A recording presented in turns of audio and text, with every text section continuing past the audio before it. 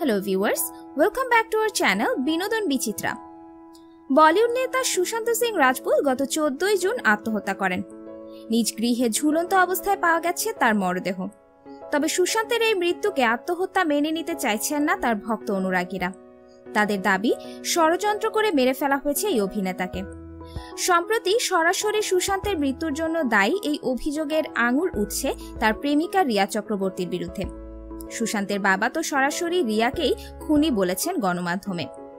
এদিকে দীর্ঘদিনের নীরবতা ভেঙে সুশান্তের মৃত্যু নিয়ে মুখ খুলছেন বাঙালি অভিনেত্রী রিয়া। তিনি সুশান্তের সঙ্গে সম্পর্ক স্বীকার বলেছেন। সুশান্ত আর আমি স্বামী স্ত্রীর মতো থাকতাম। ইন্ডিয়া টুডেকে দেয়া সাক্ষাৎকারে তিনি আরও বলেন, পরিচালক প্রযোজক মহেশ ভাটের সঙ্গে সুশান্ত আর তার সম্পর্ক নিয়ে কোনো মেসেজ বিনিময় করেননি তিনি। সুশান্তকে ছাড়ার বিষয়ে মহেশ ভাট তাকে মদত দিয়েছেন, এ কথাও ভিত্তিহীন। সুশান্তের ব্যক্তিগত গাড়ি চালককে তাড়িয়ে দেওয়ার অভিযোগটিও মিথ্যা বলে দাবি করেছেন রিয়া। নায়িকা বলেন, গাড়ি চালক আমি তাড়াইনি। আমি ভাবতেই পারিনি সিদ্ধার্থ আমার সম্পর্কে বানিয়ে বানিয়ে এমন কথা বলতে পারে। আমাকে নিয়ে অবশ্য এখন যে যা পারছে বলছে লিখছে। আমি কোনো ড্রাইভার বদলাইনি, কাউকে আনিও নি। আমি চলে আসার পর সুশান্তের দিদি ড্রাইভার বদল করেছে, কারণ তিনি তখন বাড়িতে ছিলেন। সুশান্তের কোম্পানি নিয়ে রিয়া এবং তার ভাই সৌভিকের ভূমিকা ঘিরে নানা গুজব ছড়িয়েছে। এ প্রসঙ্গে অভিনেত্রীর বক্তব্য, সৌভিককে খুবই ভালোবাসত সুশান্ত, এজন্য আমি ওকে আমার সতীন বলতাম। সুশান্তের জেদেই আমাদের ইতালি ট্রিপে সৌভিককে নেওয়া হয়েছিল। পরে সুশান্ত আমাদের দুজনকে ওর ড্রিম প্রজেক্টে যুক্ত করে। এই কোম্পানির জন্য আমরা দুজনও সমান টাকা সুশান্তকে দেই। এরপর আমরা তিনজন মিলে রিলেটিক্স নামে সংস্থাটি শুরু করি।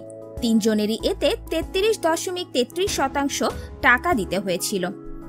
আমার ভাইয়ের চাকরি ছিল না বলেই ওর টাকা আমি ওর ব্যাংকে ট্রান্সফার করি। সুশান্তের কোম্পানি সংক্রান্ত শুধু এই লেনদেন হয়েছে আমাদের, বাকি সব মিথ্যা। সুশান্তের সঙ্গে ইউরোপ ট্রিপ সম্পর্কে রিয়া বলেন, আমার আর সুশান্তের ইউরোপ ট্রিপ নিয়ে যা খুশি তাই বলা হচ্ছে। সুশান্তের সব টাকা যেন আমিই নষ্ট করেছি। কেন লোকে বলবে আমি ওর টাকায় চলেছি? বরং বলবো এটা ওর সিদ্ধান্ত। আমরা স্বামী স্ত্রীর মতো থাকতাম। সুশান্ত ভালোবাসা থেকে সব খরচ করত, আমিও অনেক খরচ করেছি। রিয়া আরও বলেন, শুধু তার সঙ্গেই নয়, অনেকদিন আগে বন্ধুদের সঙ্গেও থাইল্যান্ড বেড়াতে গিয়ে 70 লাখ টাকা খরচ করেছিলেন সুশান্ত। প্রাইভেট জেট নিয়ে গিয়েছিলেন। রিয়া পাল্টা প্রশ্ন করেন, কার কি বলার আছে বলুন তো? সুশান্ত নিজের পয়সায় কিভাবে জীবন চালাবে? ওর থাইল্যান্ড ট্রিপ নিয়েও কি বলা হবে যে ওর বন্ধুরা জোর করে ওর টাকা নিয়েছিল? তাহলে আমার ক্ষেত্রে কেন বলা হচ্ছে? আমি মেয়ে বলে?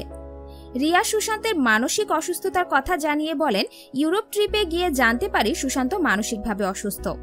আমরা যখন ইউরোপে বেড়াতে যাচ্ছিলাম তখন সুশান্ত বলেছিল যে ও ফ্লাইটে বসে থাকতে ভয় পায়। তার জন্য একটি ওষুধ নিয়েছিল যার নাম মোডাফিনিল। ফ্লাইটে চড়ার আগে সুশান্ত সেই ওষুধ খায়।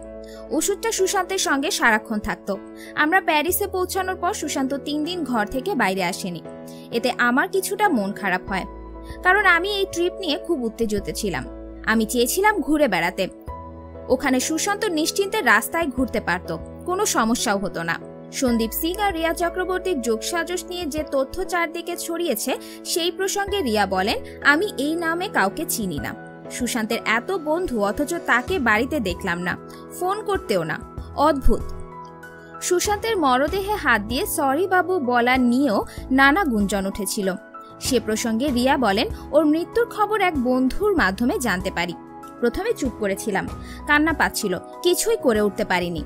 পরে যখন ওর শেষকৃত্যে যেতে চাইলাম তখন শুনলাম ওর পরিবার আমার নাম বাদ দিয়ে দিয়েছে। নায়িকা বলেন, এজন্যই ওকে শেষবারের মতো দেখতে মর্গে গিয়েছিলাম। ওকে শেষবার প্রণাম করতে চেয়েছিলাম। একজন ভারতীয় জানে এই প্রণামের কি মানে। আমার সরি বাবু বলা নিয়ে যে এত বিতর্ক, কি বা বলতে পারতাম? এত গুণী মানুষের এই পরিণতি? তার জন্য সরি। তার মৃত্যু তো প্রহসন হয়ে গেছে, সেই জন্য সরি। ওর মৃত্যু নিয়ে গল্প লেখা হচ্ছে, সেই জন্য সরি। এদিকে শুক্রবার 28 আগস্ট সকাল 10টায় তদন্তকারীরা তাকে জেরা শুরু করেন। এ সময় রিয়ার সঙ্গে ছিলেন তার আইনজীবী। মনে করা হচ্ছে অভিনেত্রীকে কয়েক ঘন্টা ধরে দীর্ঘ জেরা করবেন গোয়েন্দারা। বন্ধুরা, ভিডিওটি ভালো লাগলে লাইক, কমেন্ট এবং সাবস্ক্রাইব করতে ভুলবেন না। ধন্যবাদ।